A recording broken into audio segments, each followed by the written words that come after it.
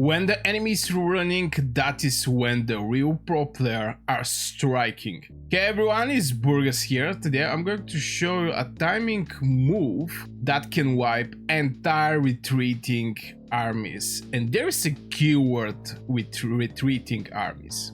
I have used the blink tricks dozens of times to stop enemy retrieving, and honestly it's actually giving tons of merits. For the people who still don't know about what I mean by that, about the blinks and those things, is I'm going to show you actually what I mean by that. First of all, little setup before I jump in the real story is most likely you're going to need some strong heroes. The majority of the cases should be something like Goresh with Kuma, sometimes Kuma Lei Kuan I see just for extra damage. For the people who want to do more damage is actually Kuma with Lei Kuan, but at the end of the day we're looking to boost the survivability of this legion that is going to do some blinking. So Goresh Awakened, especially Awakened, is giving 20% attack resistance. Basically damage taken is reduced by 20%. Normally it's like 15%. If you have him like 6 star is going to, actually 5 star is going to give you attack resistance extra 5%. If your second hero is also 5 star is going to be 10%. I mean those things actually stack up very nicely, and is going to just give you great survivability for your legion. And you can farm even merits with infantry. Believe it or not, I didn't actually believe that back in the days when I started playing Call of Dragons. I mean from the barricade time. Some people is old viewers on my channel and they definitely know what I'm talking about, but I was never thinking that the game is going to shift in this direction where the infantry is going to do some extra damage. So this is actually the setup of the heroes. You basically need Goresh, Kuma, or at least Goresh. It can be even with Skogo. Strongly depend, are you looking for survivability or damage? I strongly suggest for survivability, you're going to do your damage with the mages when the time actually come. So the artifacts, let's speak about the artifacts. For this purpose, the artifact is Storm Arrow. This is the artifact. You basically do some blinking. You can even see on the clip here, you basically teleport.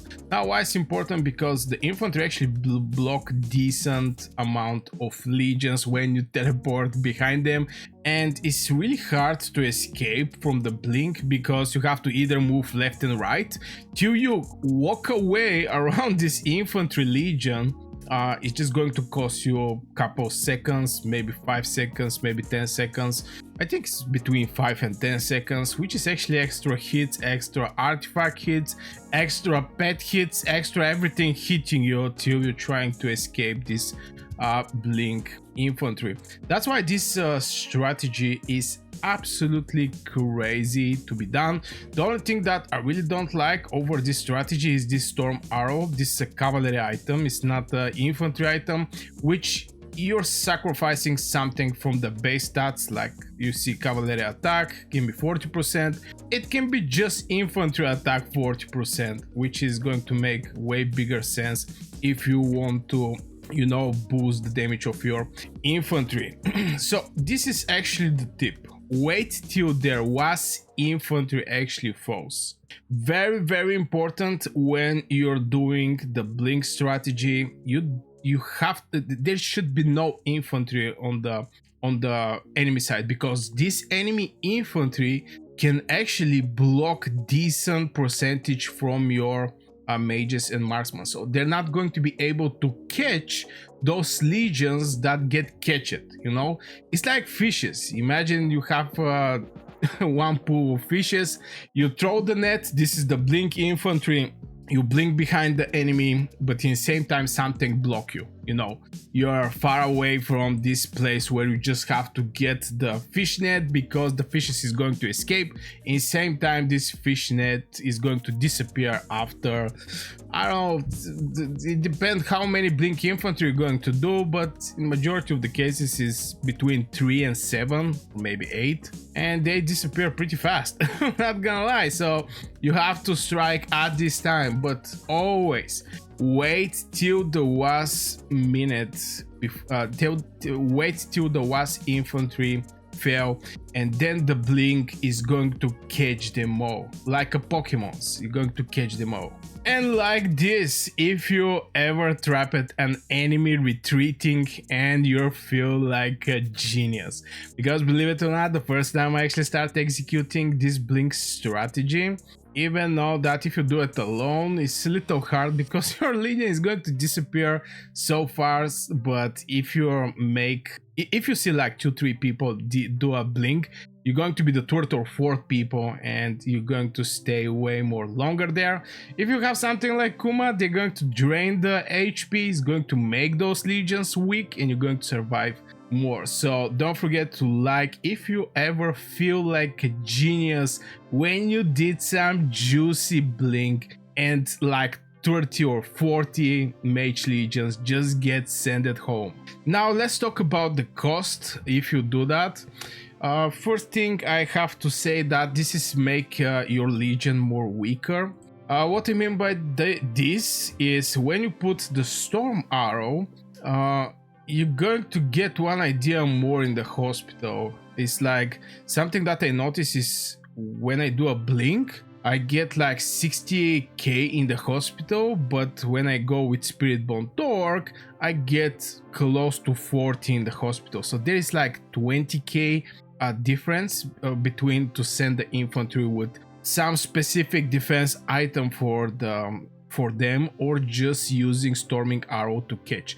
But the main purpose of the blink strategy is like you have like 5 legions that is going to do the blink, and you're sacrificing this 5 legion just so your mages and marksmen can get decent upper hand in this fight when the blink happen, do some splash damage, artifact hits, they're stick it like a fish in a net, so you can do crazy amount of damage. Your infantry is not going to do, but your mages and marksmen and the rest of the alliance is going to do crazy damage. That's why, you know, the cost is it's a little more bigger from just normally using infantry with Spirit Bone Torque or some other infantry artifact, but I think the value is way more bigger.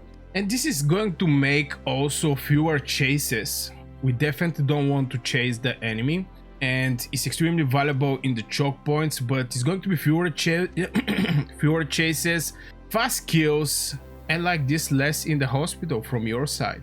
If you manage to sacrifice 5 infantry legions and take out like 20 of the enemy legions and doing half HP the rest of the enemy legions, you're just basically a winner right there at cost of 5 or maybe 6-7 infantry legions at the end of the day. And I really don't like chasing in Call of Dragons, even though that I plan to start using cavalry, so there's going to be a lot of chasing in the cavalry, but I'm not a huge fan to chase with my mages. They're basically slow. I mean, yeah, mages are very slow. And don't forget to write me in the comments below, do you blink aggressively or defensively?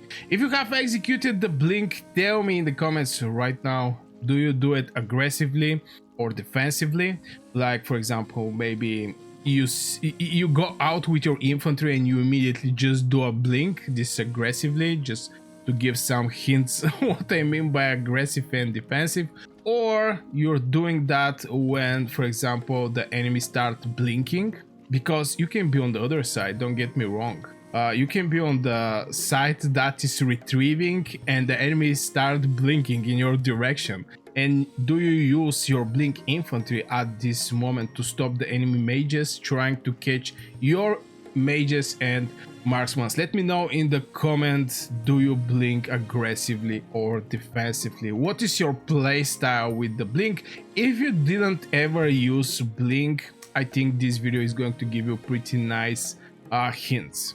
You can try it outside your castle, see how it works, try it in the battle. Just have to, I mean, I think this strategy is more training strategy from just to know you, okay, you're here and you do here and then blink here or something like this. I think the people get the feeling of the blink strategy when they execute it a couple of times. And believe it or not, a good blink move is your calling cards in any war. More and more people are actually doing that, and I think it's actually becoming a must, especially on the high kingdom PvP. Blink infantry, so many cavalry, using many cavalry on the battlefield. All those things is something like becoming mandatory if you want to be a well-performing person in the top alliances. And if I can sum up everything, what I say here is catch, don't chase. Don't chase, just catch them like a Pokémons. And of course, like this if you're going to try to be the blink and trap move in your next KVK. If you never executed the blink, are you willing to actually doing that in your next KVK? Let me know by hitting the like of this video. So this will be for this video. I really hope you guys enjoyed. Share your comments in the comments below. Again, is do you blink aggressively or defensively? And yeah, wish you a great day and see you in the next video.